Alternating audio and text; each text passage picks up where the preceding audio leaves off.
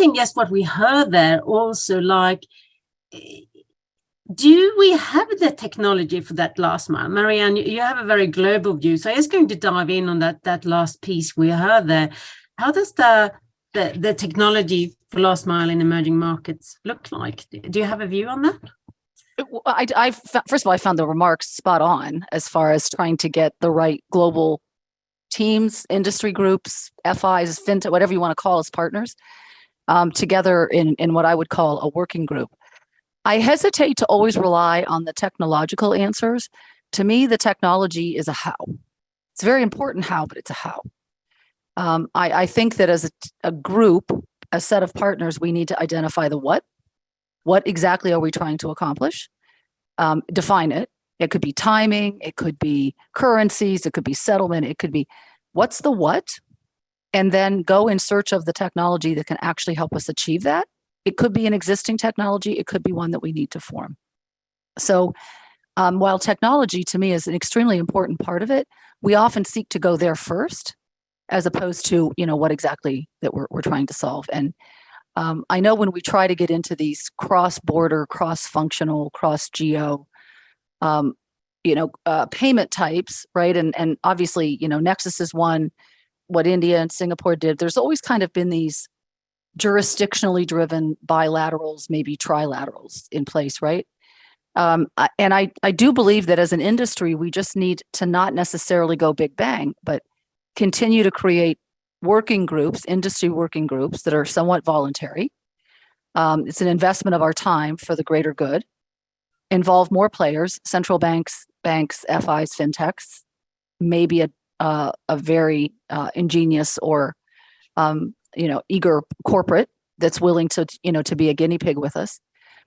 I mean, I'm just going to remind, I might have brought this up on this group or another group a couple of times, but we go back to this has been an ongoing pilgrimage. If you go back to the late 90s and early 2000s, there was actually a global industry work group formed called WATCH, and it stands for Worldwide Automated Transaction Clearinghouse. There was actually about 5 or 7 central banks and about 15 global FIs that worked for about 2 years to see if they could come up with a set of standards, a technology, a set of rules, a set of timings that would allow, that literal cross-border ubiquity that we're all aiming for. And of course, it's 25 years later and that still hasn't happened. But I just think if we can continue on with the work like a Nexus did and get it outside of certain, maybe add another geo or maybe just make it geo-specific and mix the geos later,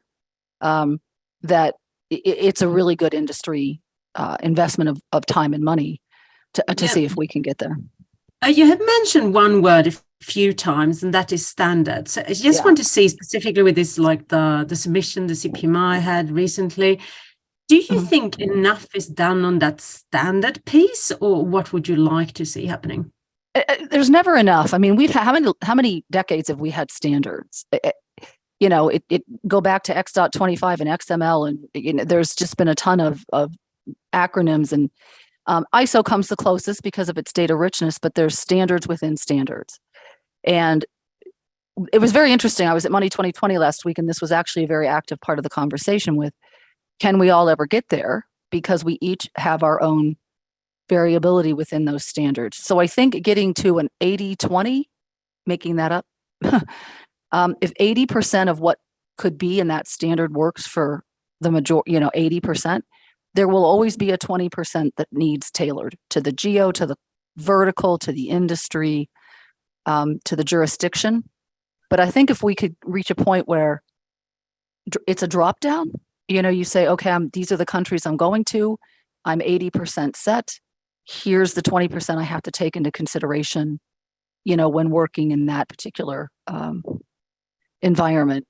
I do think it will serve us well, because right now there's too many questions on why ISO, why haven't too many people adopted it? Can you monetize it? If I'm doing all this work, can I make money off of it? There's still a lot of questions about actually getting ISO up and running for everybody everywhere. On just coming back to technology to round it off on that, I mean, IBM is really that cutting edge, and I heard about 80% of world's payments touch something IBM, which I think is a remarkable statistics. But it's a true statistic, FYI, it's true. But everybody thinks of us as hardware and software. So go ahead. What is the cutting edge technology that might accelerate our journey? I'm going out on a limb, but I actually think it's quantum and quantum computing. It brings an ability to speed up complicated transactions. It brings an ability to do what traditional computing will never go away. Quantum is not going to replace traditional computing, but it's a different scale of computing that allows us to do complicated efforts faster. I won't necessarily say simpler because you have to be able to understand it, but it can take a problem that would take literally 1 million years for a traditional computer to solve, can be solved in hours with quantum computing. And so I think it would behoove us, and of course, quantum is best known in the security space, but it has many, many benefits far outside the security space in the logistics and diagnostics and analytics space. And so I do think that is a technology that is, I kind of compare it to blockchain 10 years ago when nobody knew what it was and nobody understood it. And everybody said it was going to, be the next new generation of technology, which it sort of is, but it's still, not universally applied. I feel like now we're in a phase of trying to understand, explain, and take advantage of what quantum and quantum computing can bring to the table, especially in a real-time world, Yeah, so I've heard it's like more over the last, I would say just the last, I wouldn't say 12, 6 months that this quantum has gone up more and more. So do you see it as something we should know about? Yes. 12 months or 18 months, or can we hang around a bit and wait to see what's coming? My answer is no, you don't want to wait, just like you don't want to be last to the gate.